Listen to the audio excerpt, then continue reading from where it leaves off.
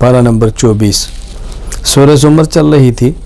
اللہ تعالیٰ نے پارہ نمبر 24 کے شروع میں یہ بات سمجھائی کہ دیکھیں ایک وہ شخص ہے جو اللہ پہ جھوٹ بولتا ہے، ایک وہ ہے جو سچ بولتا ہے. بھلا یہ سچ بولنے والے اور جھوٹ بولنے والے کیسے برابر ہو سکتے ہیں؟ سچائی کا اہتمام کرنا چاہیے.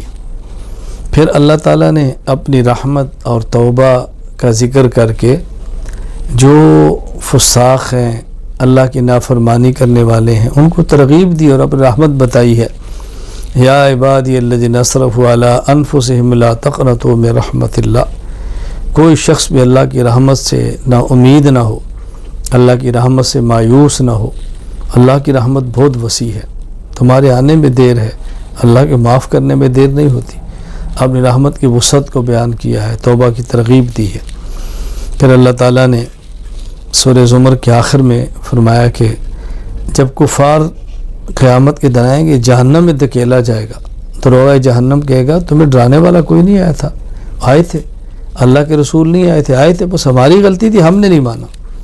اور جب جنت کو جنت میں داخل کیا جائے گا تو وہاں جو اللہ اکبر جنت میں ملائکہ جو جنت پر مقرر ہو گئے، سلام علیکم طبتم فادخلوها خالدین، سلامتی ہو، مبارک ہو، اب تم نے یہاں پر ہمیشہ رہنا ہے.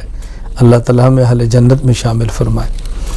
سورۃ المؤمن، اس صورت میں کیونکہ ایک شخص کا ذکر ہے جس کے لیے اللہ فرماتا ہے وقال رجل مؤمن من آل فرعون، تو صورت کا نام ہی سورہ مومن رکھ دیا گیا ہے. اہل ایمان کے لیے اس صورت میں ملائکہ کی دعاؤں کا ذکر ہے. اہل ایمان کتنے خوش قسمت ہیں کہ جن کے لیے فرشتے ملائکہ دعائیں کرتے ہیں، یا اللہ ان کو عذاب سے بچا، ان کو جنت میں داخل فرما. مومنین کے گھر والوں کے لیے دعائیں کرتے ہیں ملائکہ، اے اللہ ان کو جہنم سے محفوظ فرما. پھر اس میں ظالم کا ذکر کیا، سرکش فرعون کا ذکر کیا، موسیٰ علیہ السلام کے واقعے کا ذکر کیا. بالآخر موسیٰ علیہ السلام کامیاب ہوئے ہیں. وحاق بآل فرعون، فرعون کو اور فرعون کی ذریت اور اس کے ماننے والوں سب کو اس دنیا میں بھی عذاب آیا، اور آخرت کا عذاب تو ہے ہی.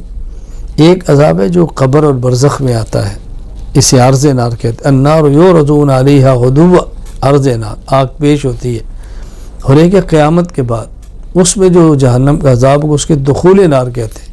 وَيَوْمَ تَقُومُ السَّاعَةُ أَدْخِلُوا آلَ فِرْعَوْنَ، تو فرعونیوں کے عذاب کا ذکر فرمایا ہے. موسیٰ علیہ السلام اور ماننے والوں کے نجات کا ذکر فرمایا. پھر یہاں اللہ تعالیٰ نے وعدہ کیا ہے کہ ہم اپنے نبیوں کی، ان پر ایمان لانے والوں کی مدد اور نصرت کرتے ہیں. مدد اور نصرت کا معنی صرف یہ نہیں ہے کہ میدان جنگ میں غالب ہوتے ہیں، حق کا بول بالا ہوتا ہے. اگر یہ میدان جنگ میں نہ بھی غالب ہوں تو اللہ ان کا انتقام لیتے ہیں اور کفر کو تباہ کرتے ہیں اور ظالم کو ظلم کی سزا دیتے ہیں.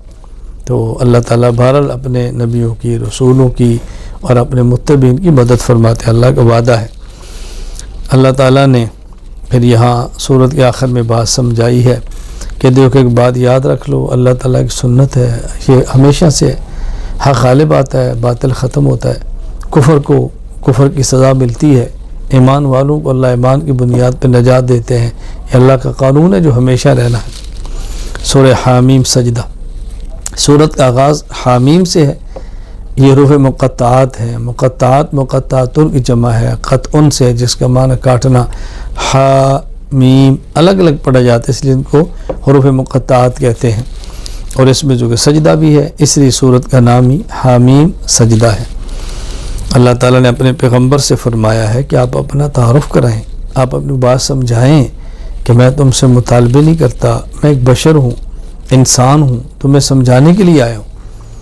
نبی بشروں میں سے ایک بشر ہوتا ہے، انسانوں میں سے انسان ہوتا ہے، لیکن باکمال انسان ہوتا ہے، بشر اکمل ہوتا ہے، انسان کامل ہوتا ہے. اللہ تعالیٰ اس کو نبوت کا تاج پہنا کر لوگوں کی طرف بھیجتے ہیں.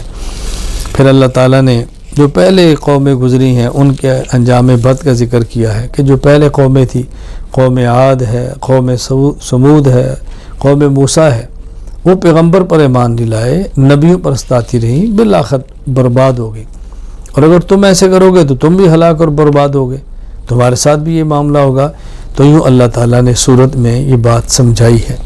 ہمیں بھی چاہیے کہ ہم حق والوں کا ساتھ دیں اور اہل باطل سے دور رہیں۔ پھر اللہ کریم نے اس بات کا اہتمام فرمایا ہے آخر میں کہ مومنین کا ذکر فرمایا۔ فرمایا اہل ایمان کی شان ہے کہ وہ جب ربنا اللہ کہتے ہیں تو ڈٹ جاتے ہیں، مصائب اور مشکلات کو دیکھ کر حق کو چھوڑتے نہیں ہیں، حق کا ساتھ دیتے ہیں۔ نتیجہ کیا نکلتا ہے؟ اللہ کے مہمان بنتے ہیں، اللہ کی رحمتیں نازل ہوتی ہیں، اللہ پھر ان کو حزن و غموں سے محفوظ فرما لیتے ہیں۔ اور اللہ تعالیٰ نے مومن کی شان کیا بیان فرمائی ہے؟ فَمَنْ أَحْسَنُ قَوْلًا مِّمَّنْ دَعَا إِلَى اللَّهِ وَعَمِلَ صَالِحًا وَقَالَ إِنَّنِي مِنَ الْمُسْلِمِينَ۔ دنیا میں اصل تو وہ شخص ہے جو دین کی بات کرے، اچھی بات کرے، اور پھر اپنے اوپر بھی اس کو فخر ہو کہ میں بھی مومن ہوں، وقال اننی، میں بھی مومن ہوں، اور اس کو احساس ہو کہ میں اہل حق میں سے ہوں۔ تو اللہ تعالیٰ نے یہ ایمان والوں کی شان بیان فرمائی ہے۔ اللہ تعالیٰ ہمیں بھی دین پر جمنے کی توفیق عطا فرمائے، استقامت عطا فرمائے۔ استقامت کا ایک مفہوم کیا ہے کہ مصائب کے باوجود بھی ڈٹے رہیں، اور استقامت کا ایک مفہوم کیا ہے؟ ہر حال میں دین کے اوپر رہیں، خوشی ہو غمی ہو، ہر حال کے اوپر دین کے اوپر رہیں۔ اللہ تعالیٰ عافیت کے ساتھ استقامت عطا فرمائے اور دین کی خدمت کرنے کی ہم سب کو توفیق عطا فرمائے۔ وآخر دعوانا ان الحمد للہ رب العالمین۔